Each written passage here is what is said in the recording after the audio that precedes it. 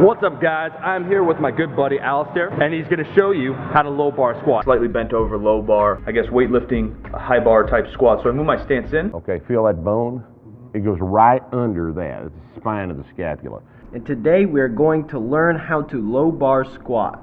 During the barbell training information era on YouTube from 2015 to 2019, there was a lot of content made about the high bar squat and the low bar squat. Most of it was good. From the comfort of your own home, you could learn about the intricacies of the barbell back squat, and for free. No need to pay for a coach or a personal trainer. You could learn about advantages and disadvantages of both styles, application of both styles, form differences, even population differences, like who should use which style. A lot of us learned how to squat from these videos, so I want to acknowledge that first. Now fast forward to current times, 2025, and I'd like to give an update on the status of the high bar back squat versus the low bar back squat. I'm just going to spoil the video now and say that I don't really teach the high bar squat or the low bar squat anymore. I just teach the squat. As a coach or personal trainer, trying to pigeonhole lifters into camp high bar or low bar is actually a sign of only understanding something on a surface level. You've memorized how to high bar squat. Bar on top of your traps, vertical torso, head and chest straight ahead, sit down without leaning forward, stand up the same way. You've memorized how to low bar squat. Bar across the spine of your scapula, bend over, head and chest down, hips back on the way down, hip drive on the way up. You've basically memorized a script, and if you're lucky, the lifter that you're coaching fits the script and you're both happy. Personally, in the past, sometimes it didn't work out like that, and when I'm coaching someone, something just seemed off with their squat, but I would hesitate to make a correction if it crossed the line of high bar squat to low bar squat.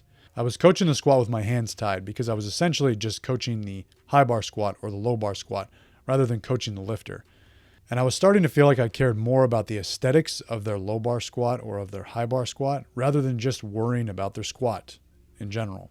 Dudes would come to me and they'd say they want to squat more weight, and I'd take a look at their technique. They would display a perfect high bar squat. And my go-mad brain would say, well, if you want to squat more weight, you need to learn how to low bar squat. When the solution wasn't any sort of adjustment to their technique, it might have just been a program adjustment. Or most of the time, it was definitely just you need more time under the bar. This is the same as coaches caring more about you following the program than the actual results that you're getting. They care more about you following the program to a T than becoming a more self-sufficient lifter. You need to do your 3 sets of 5. You need to add 5 pounds each session. When you fail to add 5 pounds, reduce the weight by 15% and work your way back up. If you fail again, repeat the process. If you fail a third time, you're not sleeping enough, you're not eating enough, or you're just being a pussy. This is a classic example of a coach caring more about the program than actually helping the lifter. And this is sort of how I felt about coaching the high bar squat and the low bar squat.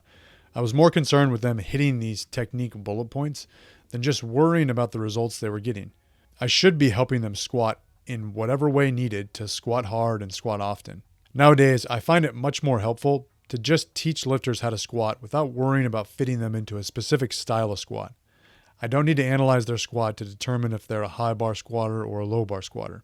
In my most recent how to squat video, which is still a few years old, I talk about the 3 pillars of a good squat. So if you were to ask me, how does my squat look? The first 3 things that I'm going to look for. Number 1, the lifter is balanced on their feet. Number 2, the lifter is squatting to depth. And number 3, there are no drastic changes in their back angle. Key word here is drastic. So when I'm teaching the squat, I'm just going to put the bar on their back in a secure position where the bar doesn't roll around while they squat. I don't really care if it's high bar or low bar. They're going to bend over just enough to stay balanced throughout the movement. Some lifters are going to be more vertical. Some lifters are going to squat more horizontally. Whatever back angle they assume at the bottom, they'll try to maintain that out of the hole and throughout the sticking point. Getting slightly more horizontal is not a big deal, and it's actually going to happen when you struggle under a bar. I'll only make adjustments to bar placement, torso angle, head position, eye gaze, and stance based on the individual lifter's needs to ensure they are balanced, hidden depth, stable, strong, and comfortable. As a lifter and as a coach, you have freedom to pick and choose any squat cues that work for you. Cues should be unique to the individual, not unique to the squat style. And part of the reason why I made this video is because I still work with some people who say, I thought I should do this, insert common low bar cue, because I low bar squat. I thought I should do this because I have long femurs. I thought I should do this. Insert common high bar cue because I high bar squat. Or people will ask if they should do more or less of another exercise if they're a high bar squatter or a low bar squatter. I think modifications to a program simply based on squat style is something that advanced powerlifters might do, or someone with very specific needs or limitations.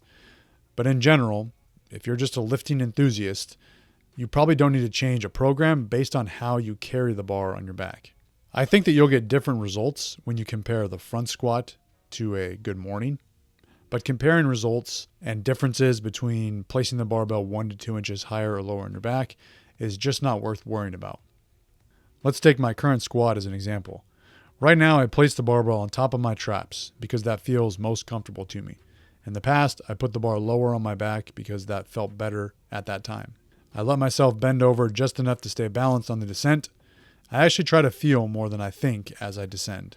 I let my knees bounce forward at the bottom, which probably shifts the bar slightly forward, but that feels comfortable to me. Even though the bar is higher on my back than it has been in the past, I still try to drive my hips up on the ascent while simultaneously keeping my chest in position so I don't get folded over like a taco. So on paper, this is a Frankenstein of high bar, low bar squat cues, and I'm completely unbothered by it. Thanks for watching, and always remember, try on time!